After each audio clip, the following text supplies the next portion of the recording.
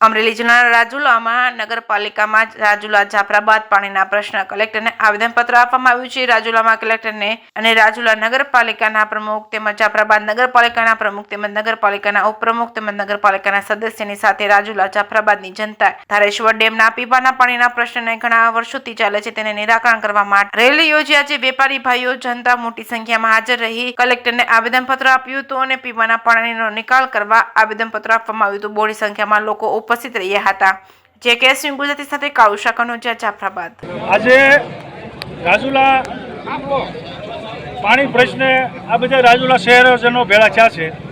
2022 પછી ધારાસભ્ય હીરાભાઈ સોલંકી સુટાણા, ત્યાર પછી વેપારીએ, ભાજપના કાર્યકર્તાએ, શહેરીજનોએ એક જ હીરાભાઈને વાત કરેલી કે ભાઈ રાજુલાનો જે પાણીનો પ્રશ્ન જે છે એ 4 દીએ 5 દીએ પાણી મળે છે તો એકાત્રા 2 દીએ પાણી મળે એવી તમે વ્યવસ્થા કરો. ધારાસભ્યએ સરકારમાં રજૂઆત કરી, સરકારમાંથી 15 કરોડ રૂપિયા જેવી ગ્રાન્ટ ધારાસભ્યશ્રી લઈ આવ્યા. એનું ટેન્ડર થઈ ગયું અને પાઇપલાઇન નાખવાની શરૂઆત થઈ. એટલે અમુક કારણોસર આ પાણીની પાઇપલાઇન બંધ રહી છે. જો આ ઉનાળામાં 2 મહિનામાં આ પાણીની પાઇપલાઇન ન નખાય તો રાજુલા શહેરને 10 થી 20 વર્ષ લગી પાણી વગર રહેવું પડે છે. અત્યારે 4 દીએ પાણી મળે છે, એ 8 દીએ પાણી મળે. કોઈનું અમારે ઝૂંટવી અને લઈ લેવાનું નથી. જેના હકનું હોય એને મળે, એમાં રાજુલા શહેર એમની સાથે છે. પણ એનો મતલબ એવો નથી કે રાજુલાની શહેરની પ્રજા તરસે રહે.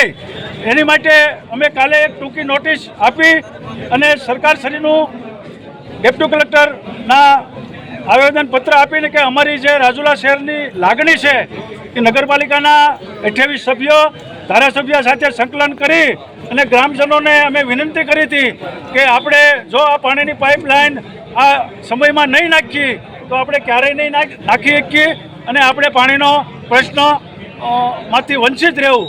એટલે જે રાજુલાની જનતાએ પેટ ભરી અને અમને સહકાર આપ્યો છે, અમને મદદ કરી છે, રાજુલા શહેર માટે મદદ કરી છે. રાજુલાના નાનામાં નાના છેવાડાના વિસ્તારમાં પાણી નથી પહોંચતું એના માટે જે મદદ કરી છે શહેરના બધા નાગરિકોનો હું નગરપાલિકા વતી આભાર માનું.